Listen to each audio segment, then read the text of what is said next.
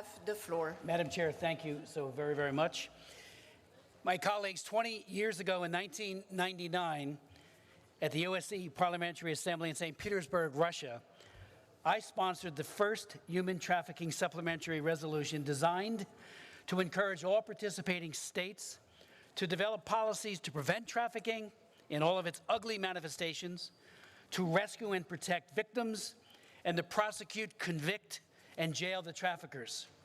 A year later, the U.S. Congress approved and the President signed legislation that I authored called the Trafficking Victims Protection Act, a comprehensive whole-of-government policy to combat these barbaric crimes in the United States and around the world.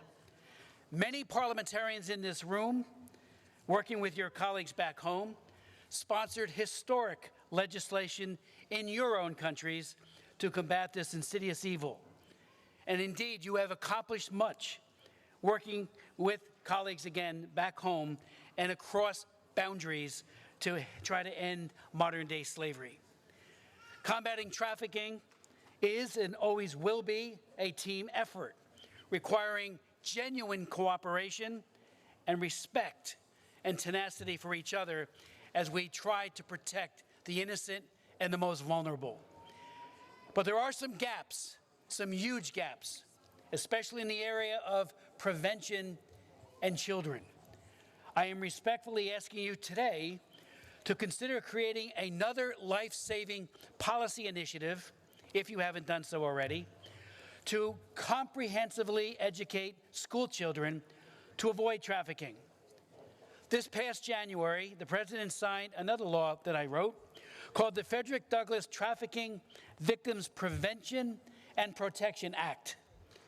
The new law honors the extraordinary legacy of one of the greatest Americans who ever lived.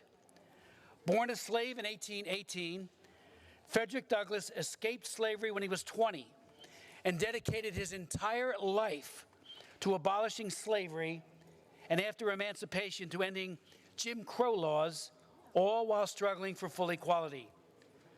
He was a gifted orator, author, editor, statesman, and a Republican, and he died in 1895. We celebrated his 200th anniversary of his birth last year.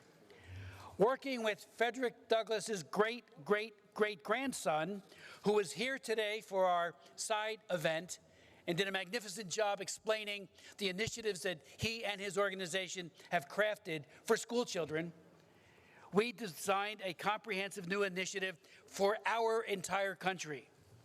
Bottom line, age-appropriate information to students and educate the teachers so they know what to do. I just want to remind my colleagues that the need is compelling. One in four trafficking victims in the world, according to the ILO, are children. Bill Wolf, from Just Ask, who also was at our side event, pointed out that 1 of 5 children will be solicited, will be asked by a trafficker, whether it be online or in some other way, to participate in that nefarious and ugly trade. According to this National Center for Missing and Exploited Children, on average, children at the age of 15 are enticed and they're often trafficked. I ask you to look at the resolution carefully.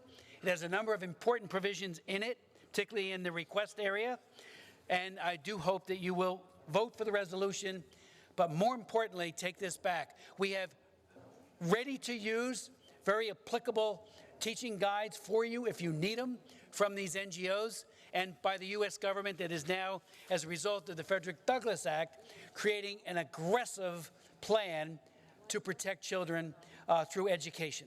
It's an unmet need. We've done prevention, but we haven't done it well enough in the United States or perhaps anywhere else. I thank the chair.